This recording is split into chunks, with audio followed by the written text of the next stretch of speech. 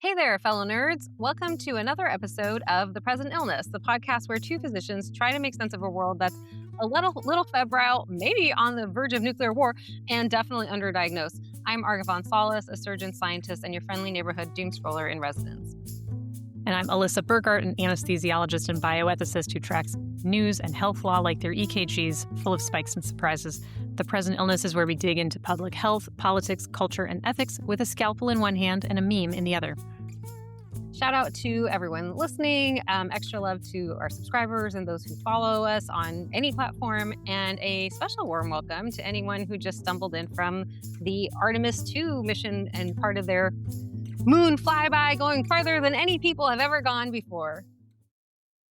Amazing. Well, we love to see that, human ingenuity on display. And science works.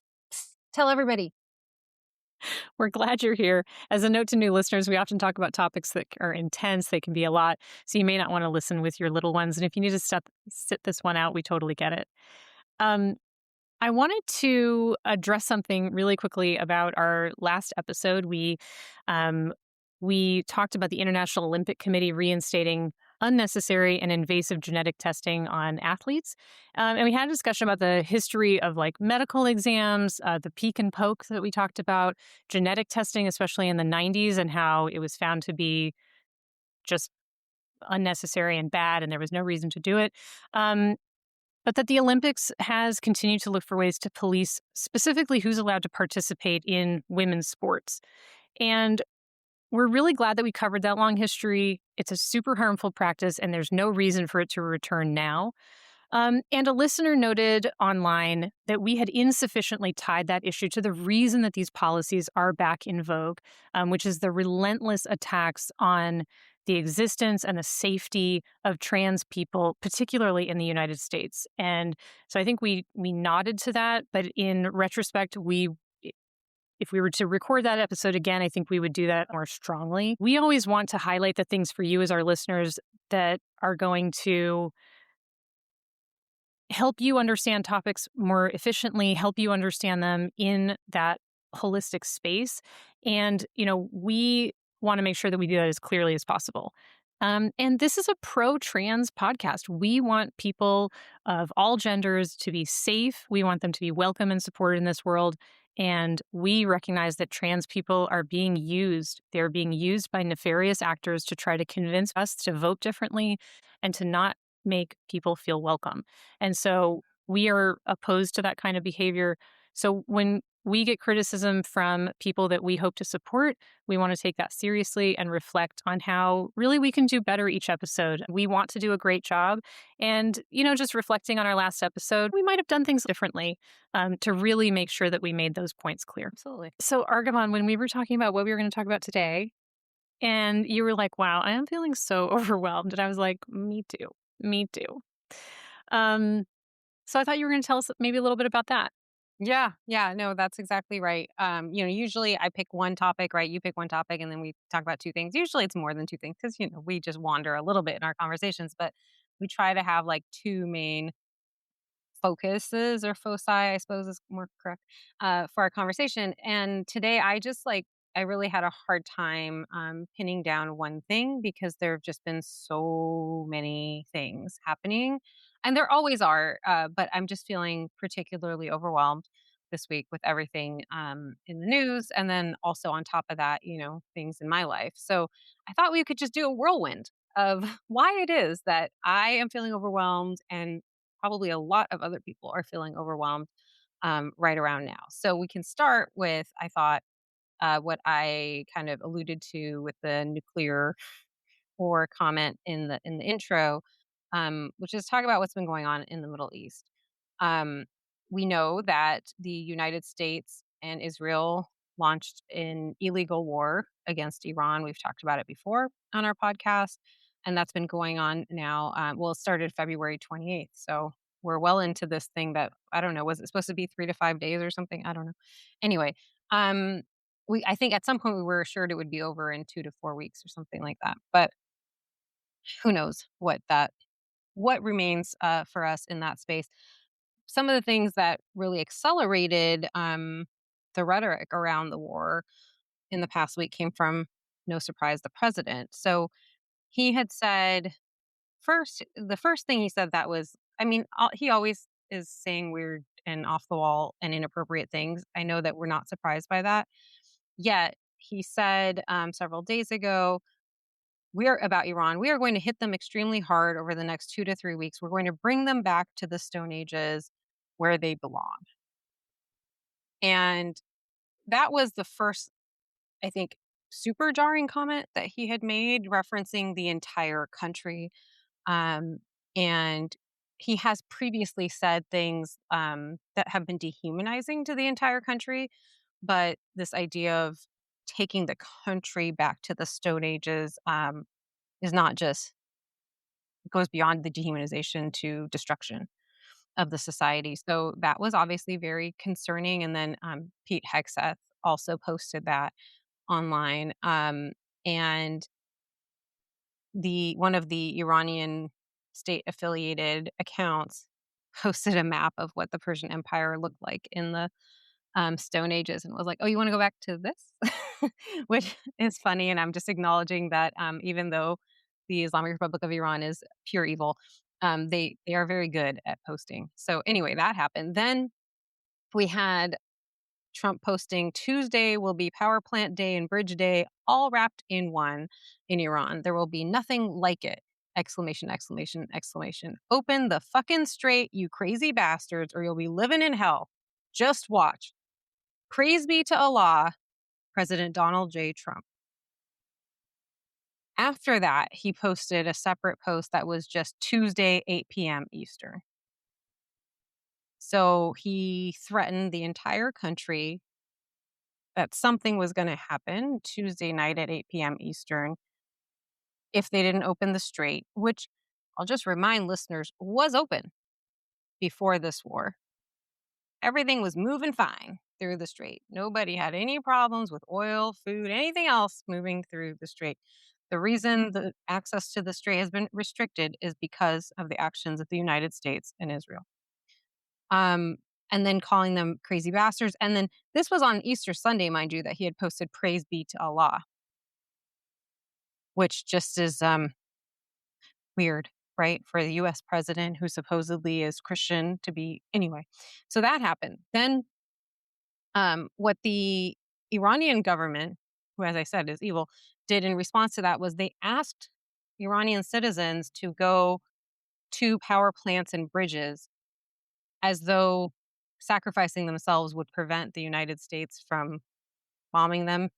And they did it. I Oh, mean, some number of people, there's videos and photos you can see online of people lined up around these power plants because I the mean, Islamic, we already know the US doesn't care about civilians. right, but also neither does the Islamic Republic of Iran. Because they didn't send those people there because they thought that would prevent anything. They sent them there so that when they got bombed, the US and Israel would look worse because they killed even more people. So they were anyway, that's what they do. They use the Iranian people in every way that they can. And it's worth noting, by the way, that while all this has been happening, they've continued to execute protesters from even just the January protests. So they're just moving right along. And in fact, the head of the judiciary said we should be expediting these executions during war when the country is being attacked by Like external forces. I don't know exactly who is supposed to be in charge. Like, I don't know exactly who the best people would be. But all I know is neither of our countries have those people right now. Not a one. I Not 100% one. agree. In Not fact, one. it We seems are we've got the worst people as far as I can tell.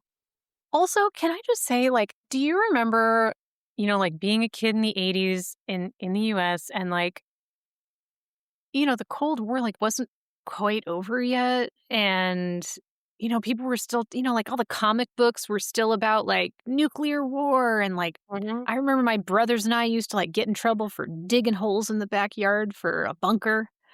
Um, and I did not think in my 40s that I would be having these conversations again. Yeah, same. Did not think that once, especially once the wall came down, like I didn't think we would be here, but humanity has so much complexity to offer, and this is part of it. The desire to destroy, and the greed, and the need to hold on to power and consolidate power is apparently just something as a species that we can't seem to let go of. Okay, I want to also point out that while this has all been happening, the US and Israel have continued to bomb all sorts of structures in Iran, including there's a Pasteur, people may not know, there's a Pasteur Institute in Tehran that's a sister to the Pasteur Institute in France, and they bombed that. That's a major vaccine distributor for the region, bombed. They bombed Sharif University, which So is wait. So we're saying that we're anti-vax in multiple countries. that's true, that's right. We are pushing RFK's agenda all the way to the Middle East. He must be Um, so proud. he's so proud that he's starting a podcast. Ugh. Anyway, I'm sorry, what? um, oh, you didn't know about that one? RFK Jr. starting a podcast? Indeed, he is. But like, shouldn't he? I mean, maybe I'm of two minds, okay? One, I think if you are supposed to be running a massive portion of the federal government, you probably shouldn't have time to do a podcast. Like we barely have time to do a podcast and we're just doctors. Mhm. Um, but also like maybe that'll be a good distraction for him. Yeah, Maybe yeah. maybe he'll be too busy, you know, planning out his podcast content to We're trying to make convince people to American drink raw milk. can stop making American public health worse every freaking day. One can only hope, Alyssa. Okay, Um, so he has a so podcast. yes. And, back to the destruction. So the US has bombed a number of schools and universities, and they bombed Sharif University, which is the I saw that. most prestigious engineering university in the country. And, there's lots of people, engineers, tech folks, CEOs here in this country, in the US, who have Yep. invented things, founded companies, et cetera, who went to that university. So they're not just bombing military structures. Well, their argument, of course, is that the military works with universities, but that's true in the US as well, right? The DoD contracts with how many universities across the country? Anyway, so terrible things are happening, is what I'm trying to say. And in that context, the president said, um, a whole civilization, this is on Tuesday. So he had made that threat on Sunday about Tuesday night, opening the strait by Tuesday night. Then Tuesday morning, he said, a whole civilization will die tonight, never to be brought back again. I don't want that to happen, but it probably will. However, now that we have complete and total regime change, reader note, listener note, we do not have any regime change. Anyway, he says, where different, smarter, and less radicalized minds prevail, maybe something revolutionarily wonderful can happen. Who knows? We will I find out feel like tonight. are Let me we in finish. some sort of like upside down funhouse? I think it's like a reality TV show, right? Like show. That's how he's framing it. Like, oh, either the whole civilization's going to die, or maybe something revolutionary will happen. He says, we Tonight will at find 9 out p.m. tonight. Exactly. He says, we will find out tonight. One of the most important moments in the long and complex history of the world. 47 years of extortion, corruption, and death will finally end. God bless the great people of Iran. So, That I'm so confused though. There's so many. I mean, does he not have an editor? He doesn't have an editor. I know that he doesn't have an editor. But also like there's so many inherent contradictions. Like even if you're going to be a diabolical wannabe dictator, pick your battles. Like mhm. what is it? Do you think that the people of Iran are horrible and need to all be destroyed and you're going to destroy their entire culture and civilization? Or are they a great people? I'm so lost. Mhm. Yeah, the desire for internal consistency leaves us all wanting all the time, with his communications. So, as an Iranian, I spent Tuesday, one, trying to get work done because still things had to be done, and then two, wondering if all that I was thinking through all the historic sites that I've been to in Iran and the beautiful cities that I've been to, and my family, of course, um, but really beyond the people, the history, like both, um, that would be destroyed. And that, we don't know. He writes very vaguely, right? Is he talking about just like a massive bombing campaign, or is he talking about a nuclear weapon? My concern was because he had said a whole civilization, that there's really not enough bombs to do that unless you're talking about nuclear weapons. But of course, we can't apply logic because these are not logical things that he's saying. But so a lot of us spent Tuesday, and including non Iranians, obviously, there were a lot of people concerned about this potential threat to use nuclear weapons against the people who did not start this war. Whatever we might say about the Islamic Republic of Iran, they did not start this war. They've been at war with their own people. They did not start a war with the United States. So then, around I don't remember exactly what time it was, maybe 4 or 5 p.m. Pacific, there was an announcement that there would be a ceasefire. And so we did not, spoiler alert, since we all are still here living to talk about it, they did not drop a nuclear weapon on Iran, at least yet. We're recording on April 9th. Um, and I wanted to draw attention to just a few things, which is that one, Congress did nothing.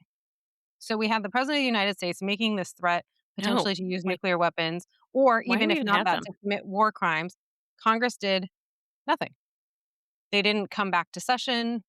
They certainly didn't vote for impeachment. They didn't. The cabinet did not invoke the 25th Amendment.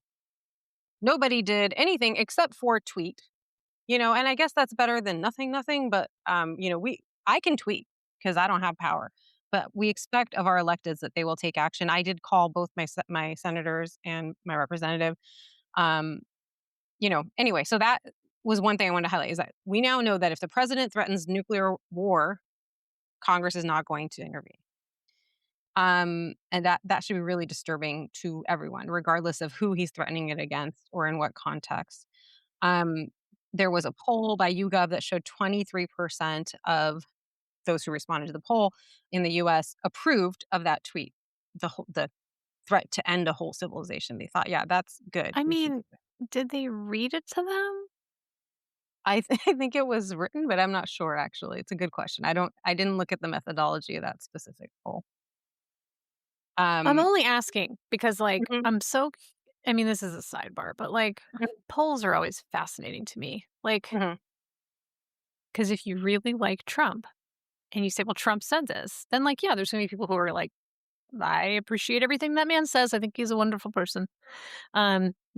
He's great. I voted for him, and I like feeling good about who I voted for, And and I'm that's so happy that prices of everything are up and unemployment is up and the world hates us. But it's great. He's doing what I wanted him to do. Anyway, go on.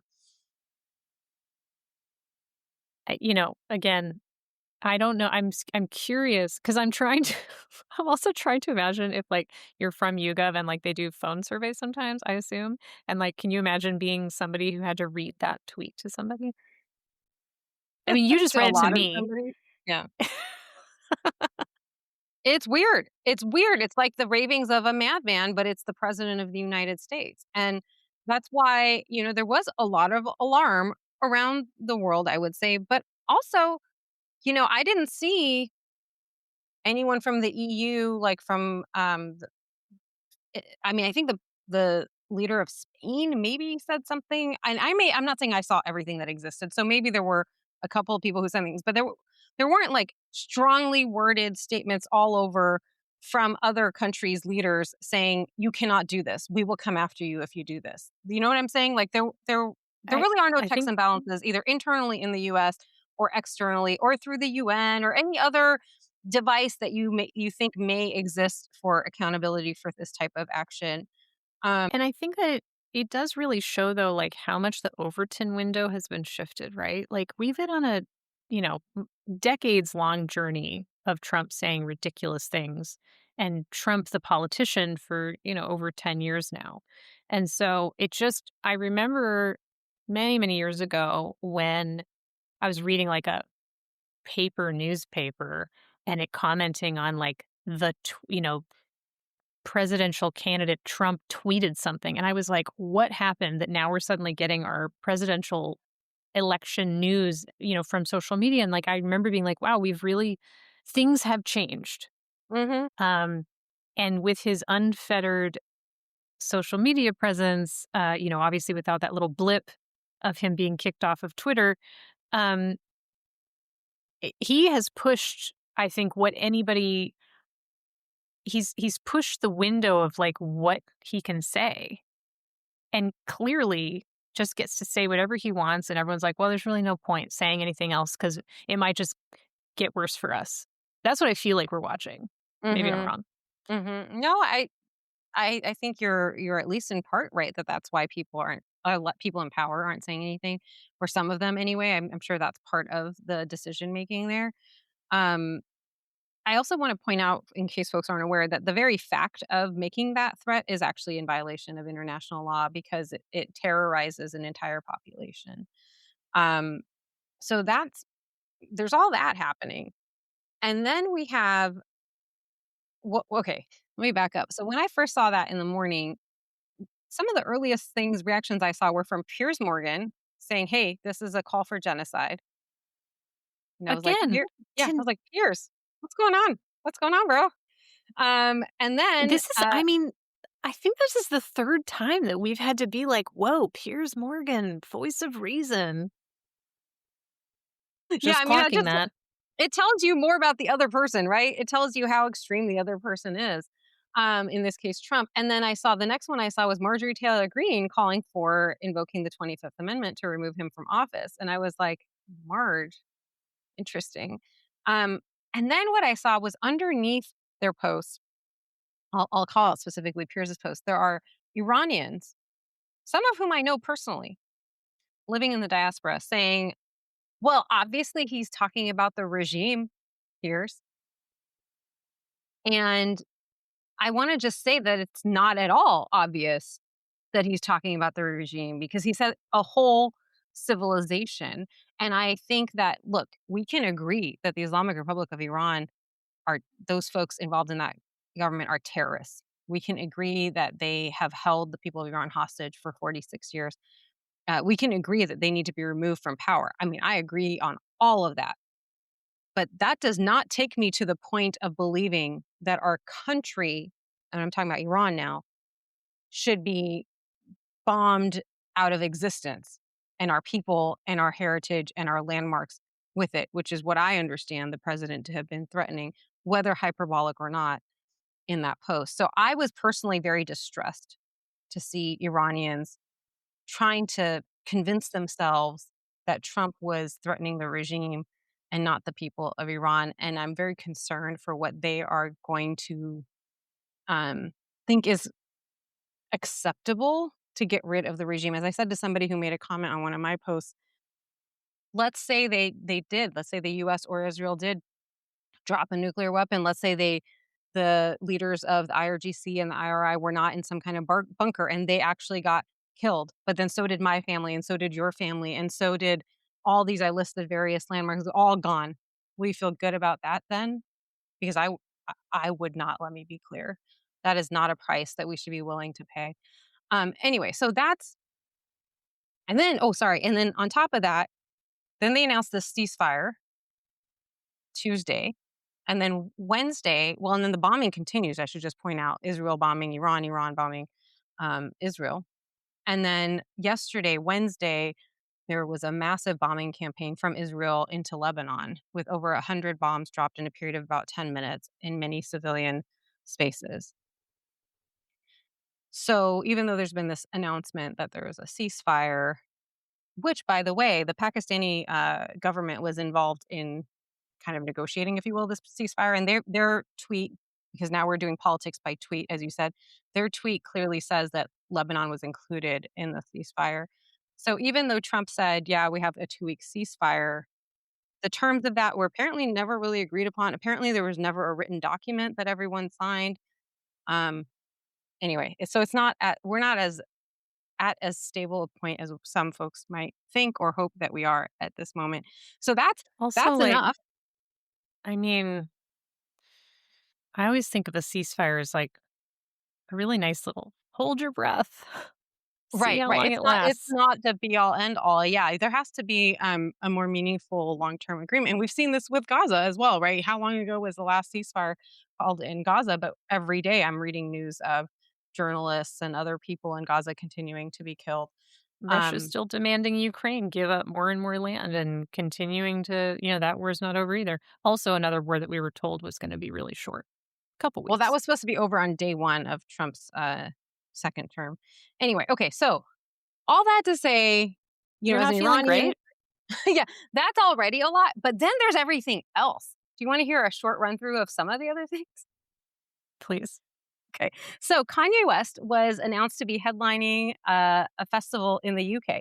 The same Kanye West who calls himself a Nazi, who has worn a swastika necklace, worn a t shirt with a swastika, wrote a song and put out a song called Heil Hitler, who has said slavery was a choice, wore a short shirt that said White Lives Matter, has come out on Diddy's side, making fun of Cassie. Anyway, stand up citizen, right? So this festival selected him. So I should back up and say he had two back to back performances at a stadium that were sold out in the US. He made $33 million in those two nights. I can't, anyway, there's lots of thoughts about that. That happened, and then after that, at least in the chronology that I saw the information, then after that, he was announced to headline this festival, and there was widespread outrage, um, and there was a lot of talk about what gets a person canceled, because there's been a lot of pushback folk may not have seen around Chapel Roan, who is a young woman singer, very popular, um, about almost anything she does and says, people are mad at her. And it almost feels like people are more mad at her than they are at Kanye for being a Nazi. Um, and it is, you and I were talking about moral injury before this. It is really hard as a woman, as a person who cares about justice, as someone who would love to see Nazis eradicated from our society, or at least banished to corners where they can't harm other people. Um, it is really hard to watch someone who has said and done the things that he's done continue to be elevated like this. And so the good news here is that the UK banned him from entering the UK. And then what's Oh. really interesting is that the people in charge of the festival, they obviously were getting a lot of heat. Multiple sponsors pulled out, like Pepsi was one of them, pulled out after I'm they announced sorry. Kanye. Pepsi pulled out because somebody wouldn't platform Kanye West? That's funny. Because no, they pulled out because they wanted to platform Kanye Well, West. that's what I mean. So, Like, they're yeah. pulling out because they can't use their own corporation to, like, make money off of somebody who's horrible. Yes. Suck a duck, folks. Listen, I mean, at least I mean, I think it matters though that like these corporations, and I don't remember, there were like four that I saw in a row that pulled out.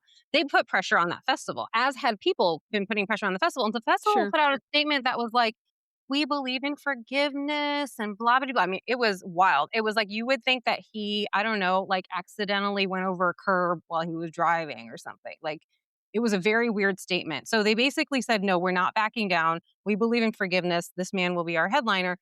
And so then the UK government said, bet he can't come into the country now. Now what are you going to do? And then the festival said, okay, we're not going to have a festival anymore. Like, what a wild move. Like, rather than remove a literal self proclaimed Nazi from your lineup, you just cancel the whole festival. They honestly, they probably couldn't afford to put it on. They probably couldn't afford to put it on. Yeah, I have no idea. But anyway, but they were doing fine before they announced him as the headliner, is my point. And then they announced him as a headliner. Lost a bunch of sponsors, stood by him rather than standing on principle. They would say that they stood on some principle. It's a wacky, wacky, wacky principle if it is, and then lost their whole festival. So that's a thing that's been playing out over the last week or so. The price of everything continues to increase. The price of gas, price of eggs, price of anything that you care about is increasing. How about the insider trading? That one's really weighing on me quite a lot. Every single thing that this administration is doing, Okay. they are. So who's I'm insider trading? I I'm mean, gonna say. So, everybody. we don't know exactly who, but there's all these prediction markets, which maybe we should do, like, a whole episode on these prediction markets, but, you can bet on, for example, I this is a rumor, I have not fact checked it, but what I saw was that there had been somebody who placed a bet on whether Trump Oh, was going to tweet the word Allah, yeah, yeah, yeah. and then he I did, did hear about this. right? And so somebody made a lot of money on that very strange turn of phrase that you normally do not hear from the US president. Um, there have been, if you recall, there was that a couple weeks ago when he threatened Iran, like one of the times that he threatened Iran. And then just before the markets opened Monday morning, he was like, oh, actually, we're giving them 5 more days. Right. So then the markets opened with the price of oil or whatever it was, going in a direction that was more favorable. And so if you had bet that that was going to happen, you made a lot of money. Mhm, mhm. Right. So there's a lot of this type of stuff happening. What happened this week was that somebody had placed, and I'm not a stockbroker. I should do more of that. But anyway, um, this is what I read. I'm too 52 million. stressed by all that I'm too stressed by all that financial stuff. It ain't for me. Well, we could figure it out. We're just too busy doing other things to have time to figure it out. But anyway, so somebody did a 52 placed a 52 million. I don't know what the right terminology is, but anyway, $52 million short on oil right before this announcement that there was going to be a ceasefire. They made $174 million in 3 hours. And so there are bets like that happening every time we have this shift back and forth in what Trump says is going to happen in the war. And even the Iranian government has called him out on it and said that all he's doing is market manipulation, because he'll announce that they're like in negotiations, and the Iranian government will be like, we're definitely not in negotiations. He's just telling you that to manipulate the market. There are similar things around how long Caroline Levitt does her press conference, something that she herself has complete control over because she decides when she leaves. And you can bet that it's going to be more or less than 45 minutes, for example. Anyway, all these things are happening all the time. And some people, either affiliated with this administration, relatives of, we don't know who, some people are making a lot of money by being informed just before these things happen and then placing bets on things that seem very improbable at that moment. So they get these long odds and then they make a lot of money. Do you know what I'm Um, laughing about? hmm, Do you remember when Martha Stewart went to jail for insider trading and, like, yes, nobody else yes, did? yes, correct. People have brought that up. People have been like, can we revisit why she had to go to jail and none of these people, nothing is happening? I mean, it's worth noting, I can't remember if we talked about it on the show, but they have forced out a bunch of people at the FTC, and that's who would be holding them accountable. And the woman, or a woman who was very high up in the FTC, resigned recently, I think, because she was trying to investigate these things. And there are folks in Congress, by the way, who are trying to investigate all of these bets that are happening. I don't know where that will go, but they are trying to make some efforts. Okay, the next thing is the Pentagon threatened the Catholic Church. That's cool. Yeah. So, um, And also a deep Catholic cut. A deep yeah, cut. but also, what? I mean, they're basically, as I understand it, they were upset at what the Pope has been listen, I'm not a Catholic. I don't really believe in organized religion. But for folks who haven't been following, the Pope has been really outspoken about And and treatment of. the Mhm. first pope who is an Yes. American-born person. Correct. Correct. And he's been very outspoken about we need to be welcoming to immigrants. We should not be bombing people. Like he's been pretty clearly opposed to almost everything our government is doing. And so he made an address recently where he talked about this. And what I understand is that the Pentagon summoned, it says, the Pope's ambassador, somebody who reports to the Pope, and told him the United States military has the power to do whatever it wants, warning the church to take their side. And then they invoke the Avignon papacy, which Yeah, is so do apparently you know what that is? I only know what it says here, but why don't you tell us? Okay. This is why I'm saying it's deep cut. So, and I can't remember the name of the person who was the pope at this time, but basically, the French were pissed at the Catholic Church. They were like, "You're all not being nice to us. You're not doing the things that we say." They kidnapped the pope. Mm, Kidnapped the pope, tortured him, did some other bad stuff to him. Eventually, he died. And so they ended up making it so that the subsequent pope had to live in France for, like, I don't know, some number of papacies, like eight popes had to live in France.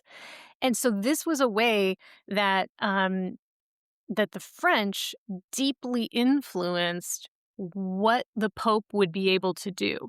And so when they say we're talking about invoking the, Avignon, whatever, they're saying, like, we're considering kidnapping the Pope and doing some bad stuff. So literally the Pope canceled every single event for the US 250, which is, by the way, also I find hilarious because there are so many people in this administration who have converted to Catholicism as a Mhm. way towards getting into these like power groups and whatever.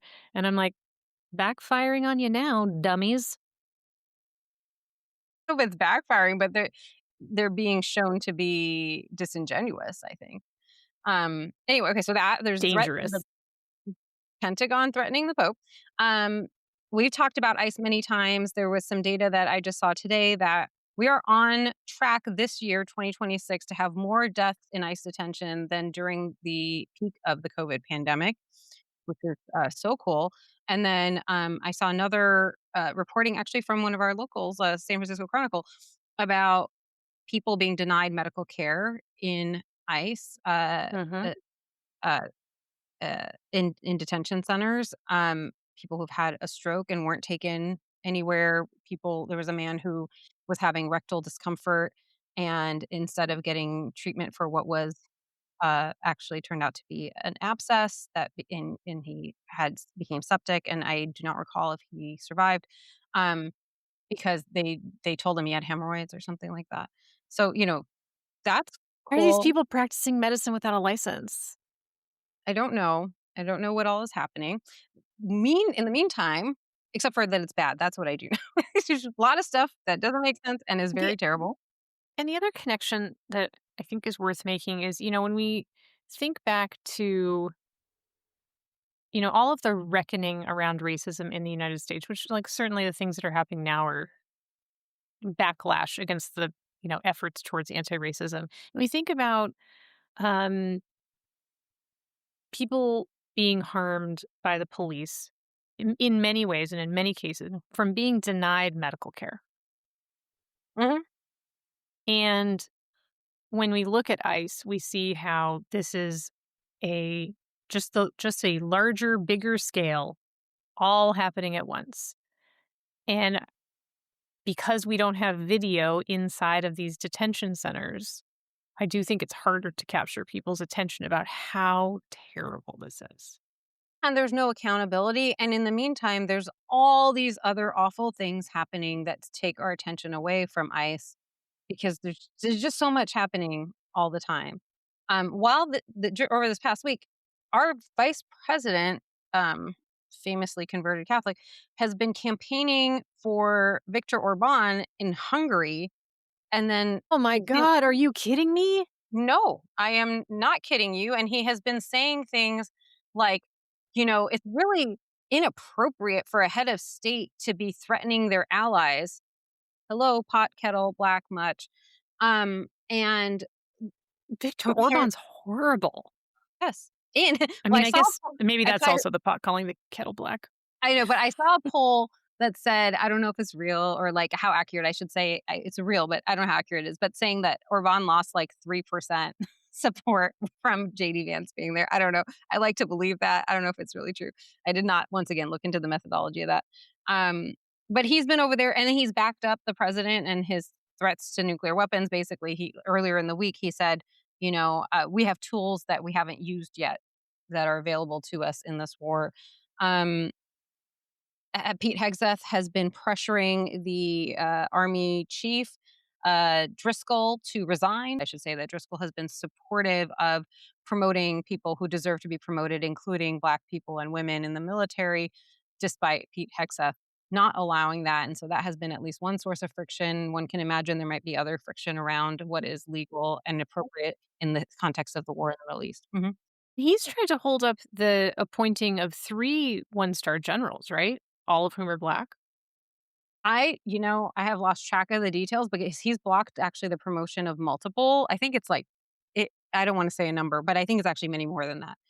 But most recently it was 4 people who were to be promoted. And some of them were black people and 2 of them I think were women, although I could be wrong. I will fact check that in the show notes, but women and black people. There was somewhere mentioned that the reason he was holding up these promotions was because the president had said he didn't want to have to stand next to a black woman, which seems, yeah, totally like a legitimate reason when you are trying to supposedly run a meritocratic organization, which is what they keep telling us over and over again.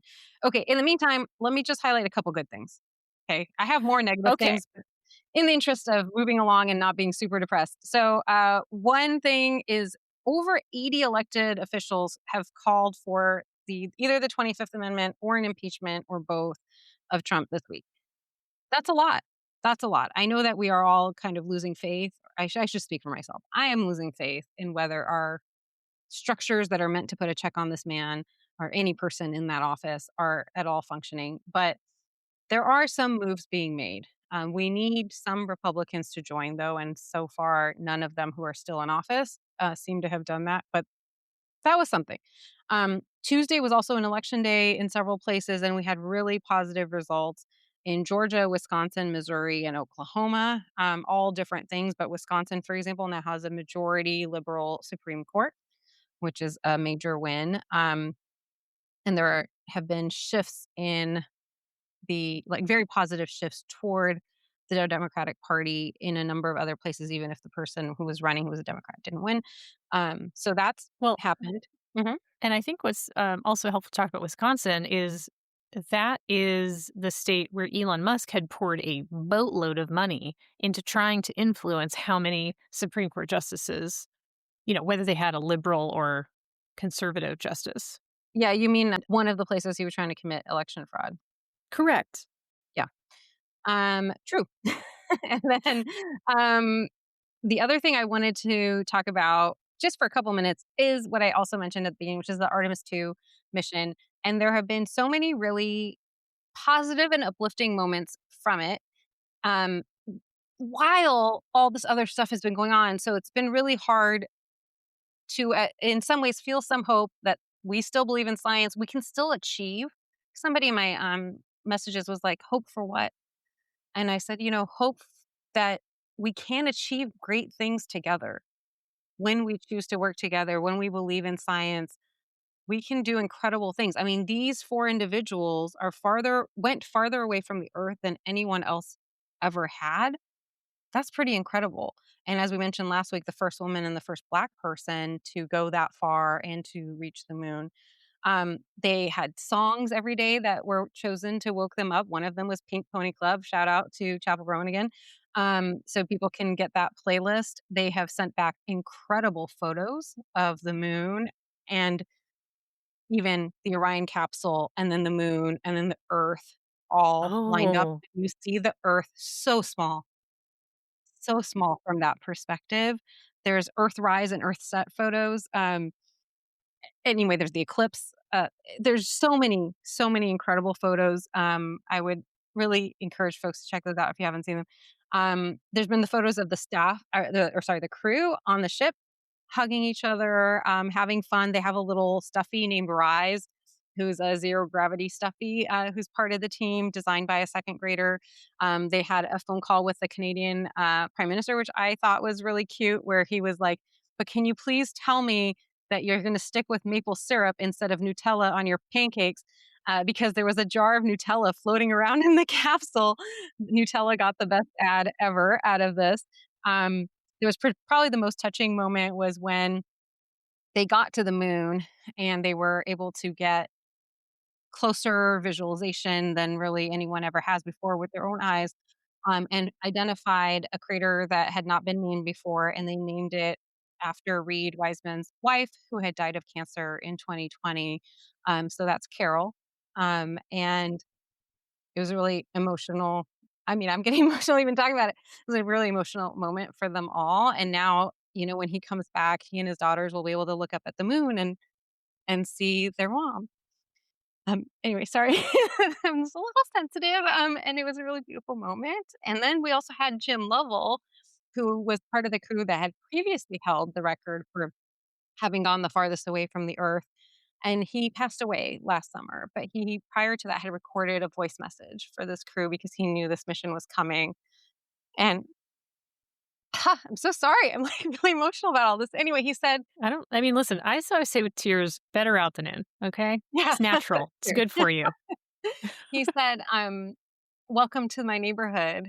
And really, just a beautiful message handing off that record and being proud of them. And to think that he recorded that, like, who knows if he knew he was dying. I don't know that story, but certainly in the latter part of his life.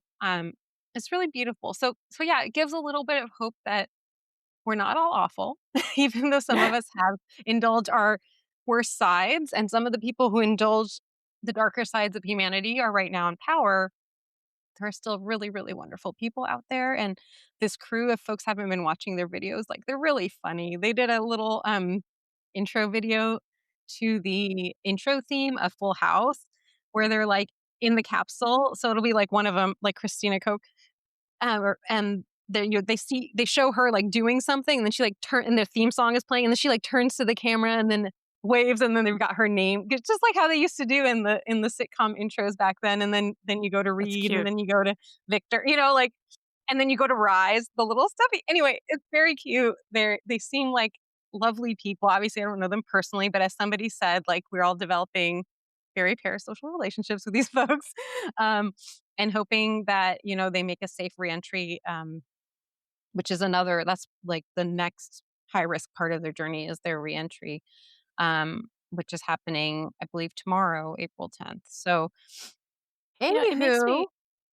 me wonder, my parents both have a lot of, and people in their age range, people who are in that boomer generation, deep memories of hmm the launch to the moon hmm and, um, of Kennedy's speech and, and obviously it was a space race and it was like us versus the Russians and like there was all of that part of it as well. But it is interesting the sort of wonder when you talk to people who yeah, lived through that era in the 60s. And I wonder how many kids today or, people like yourself who've been following this really closely, there is something I think really wonderful about saying, wow, we have done something incredibly complicated that should absolutely not be possible. And I always hope that that energy can also get taken to the things here on earth that absolutely should be possible. Like it should not be. There's so many things I think that we're facing now that absolutely do not have to be this way.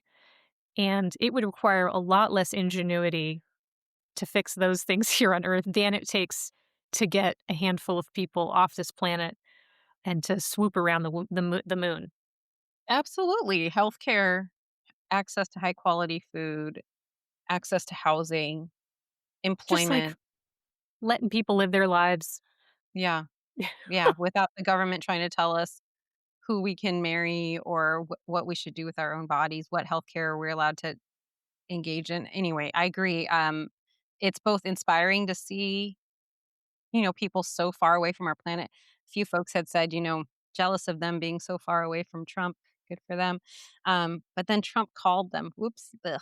Anyway, they had to have a phone call with the president. They were very nice about it. That's their boss, so there's Yeah. that. Yeah. But anyway, so there is as you said, awe and wonder, and it's inspiring to see that, and then, like you said, then we look at what's happening here, and why can't we have some of that same energy for very relatively easy fixes, that could really improve quality of life for so many I people here? I think we can. I think that it is possible. I think it's a little harder to, like, focus folks on some of these things, but, I don't think it's impossible. I refuse to not have some amount of hope. Despite being a generally cynical person, I always try to keep a little bit, you know? Yeah, yeah, absolutely, we have Um, to. Well, anyway, I'm sorry, you've let me ramble on about so many things, I think but no, I think it was very important to do that. Don't you think? Do you well, feel better now that you, like, kinda dumped it all out there? maybe. I mean, Maybe. I had a whole topic prepared for today, and I'm just gonna save it for next week. It's no big deal. Are you Trust me, sure? it'll still be terrible next week, folks. Don't worry. Um, um, I routinely travel with folks who are non-binary, and so I'm gonna have a whole story all about bathrooms and like how it shouldn't be this goddamn hard to find a bathroom for your friends. But trust me, that story will be just as relevant next week. So I think it's time for take two and call me in the morning. Okay, why don't you go first since I've been talking, talking, talking. Listen, I like to practice my listening skills. They're Well, I important. mean, you probably know this. I don't know if all of our listeners know this, that like, doctors, it used to be that doctors would routinely, in the 80s, it was like after 18 seconds is when doctors would interrupt a patient. Now, and then it went down to 11, and I'm pretty sure it's sub 10 now for sure. Yeah, Um, that's my understanding as well. so yeah, whenever I'm like with a patient or I'm like with a friend or whatever, I'm like, "Oh, I should like just listen, just see what happens, because it's not my natural state of being. I'm usually like, woo, let me talk. Uh, Well, I have was so many great absolutely things to say. no, I was absolutely one of the most annoying kids in every class I was ever in with being like, call on me. I have thoughts. I have thoughts. So, you know, any opportunity to soothe that piece of myself, I take it. I take it. So I actually I hadn't thought about this when you and I were prepping for this episode, but I talked a little bit about Unicorn Day and how that's something I was looking forward to, and I mentioned how I feel like this was our fourth annual at our hospital. My friend and I put on this party. It's all about just honoring the amazing people that we work with. We buy a bunch of food, we show up, and we put together a really dumb party, and everyone gets a unicorn headband, and we tell everybody that we're lucky that we get to work with them, Mhm. and that not everyone is willing to take care of kids. And I felt like this year it reached there was some like communal gelling that happened. Because when we did it the first year, I sort of thought it would be a one-off, Mm. and but then people kept asking for us to do it, and I was like, "Oh, I guess they, like, really like it, so we should do it again." So once a year, we do this bananas thing, and, uh, it is the day that we're recording on April 9th. It is International Unicorn Day today, by the way. Happy Unicorn Day to you. Amazing. Happy Unicorn Day to you. Thank you. And my girlfriend and I always just throw it, like, sometime that's around this time that we can both get the day off. So we don't usually have it on April 9th. But tomorrow, when this episode comes out, it'll be April 10th. And we are going to be featured in the pediatric anesthesia article of the day, which is a very widely read newsletter amongst pediatric anesthesiologists. So it's very niche. They almost always, I mean, it says it in the name. They take an article, people analyze it, and they present it, and it's to give you a little insight into sort of what's been going on in pediatric anesthesia.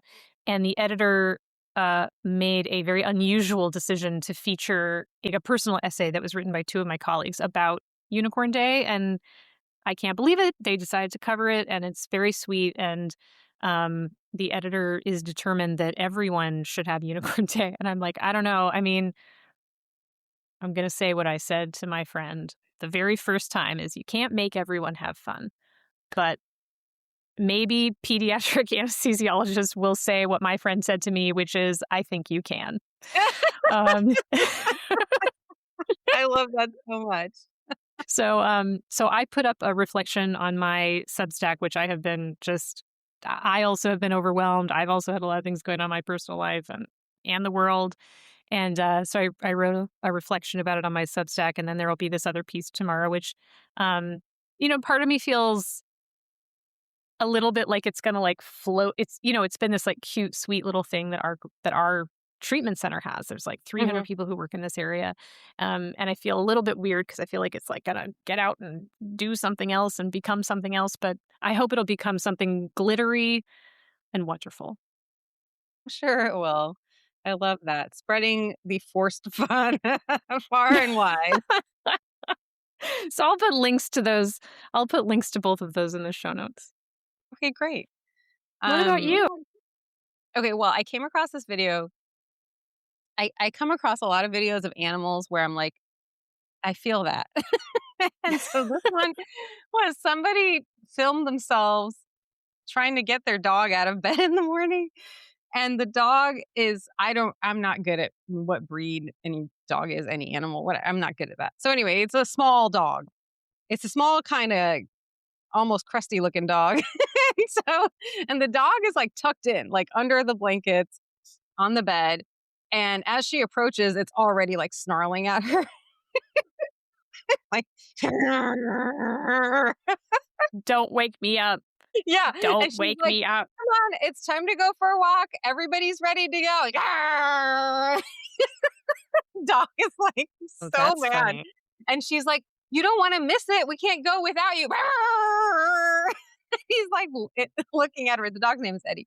He's like looking at her like, what are you doing here? And anyway, she tries for like, I guess it's almost a minute where she's like, come on, we gotta go. It's time to go for the morning walk. Don't you want to eat? Aren't you hungry? She says at one point, aren't you hungry? Don't you want to get up? And Eddie did not want to get up. And in fact, in that minute anyway, Eddie did not get up. And that is how I feel a lot of mornings. Like if someone, it's a good thing I live alone because if someone came to wake me up, I'd be like, "Rah." That's funny. Anyway. So So, yeah, I will put a link to that video so everyone can meet Eddie. do you have a hard time getting your dog up? My dog, not too much.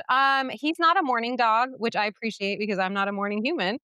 And so that works out well.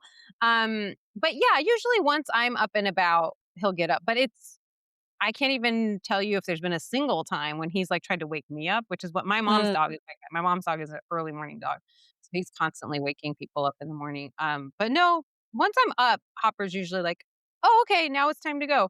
But until then, he's like, even if I'm like awake, but I'm like reading in bed or something, mm, he'll look up because I like shift positions and then he sees I'm not getting up and he just puts his head back down and he waits. mm, I mm. really appreciate that about him.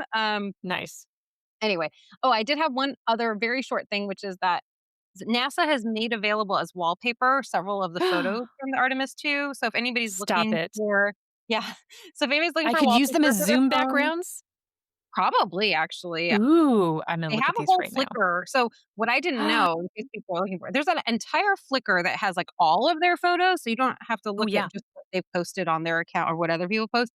So that's a cool resource. But then they like specifically formatted a bunch of these for wallpaper on a phone. So Oh, I on a don't know if you, phone. yeah, if you want to be like enjoying, that's sorry, I should have said that wallpaper for your phone. So if you want to be enjoying these photos or be reminded that we can as humans do incredible things when we put our minds together. You could download some of these photos and have them on your phone. And also, I would be remiss if I didn't just shout out all the women who were involved in that mission because it wasn't just Christine, or is it Christina? I'm sorry, I don't remember. Uh, Cook, who was up there, but there's all sorts of women who've been involved in NASA, very different from the 1969 trip to the moon. Many, many women have been involved in contributing to the success of this mission. And that for me as a feminist is pretty cool to see. And I hope that's going to inspire future generations. So, there are some good things happening. It's a lot of dark out there, but there are some good things happening. Excellent. Well, I just found the Artemis 2 Flickr account and no complaints. They have a No ton of complaints. photos on there. They I'm have a gonna ton. I'm gonna use some of these as Zoom backgrounds. That's what I'm gonna do. I love that idea. And I did just fact check myself just to make sure because I felt so bad. It is Christina Cook, not Christine. I don't know why I was confused on that. But anyway, there you have it, folks. I think that's it for this week's episode. If you didn't like what you heard, this has been This Past Weekend with Theo Vaughn. If you liked it, don't forget to subscribe to The Present Illness, leave us a review, maybe a rating, and tell other folks to check us out as well. We know that you're not tuning into Manosphere podcast, so we're going to look forward to seeing you back here. Make sure to follow us on TikTok, Instagram, and YouTube at The Present Illness, and you can stay on top of all of our TPI-related news. We will be back next week, although next week, I should point out, we have a special guest. I will not be there because I am going to take some time off, which I really sorely need. So thank you. And Alyssa will be back with our special guest, Dr. Laura Jones. And there will continue to be hot takes, doom scrolling, and some laughs. Until then, agitate, hydrate, take a nap. See you next time on The Present Illness. Production by Arghavan, Salles and Alyssa Burgart. Editing by Alyssa Burgart. Social media by Arghavan, Salles. Original music by Joseph Uphoff. Don't take medical advice from random people on a podcast. This show's for informational purposes. It's meant to be fun, and it's certainly not medical advice. Please take your medical questions to a qualified professional.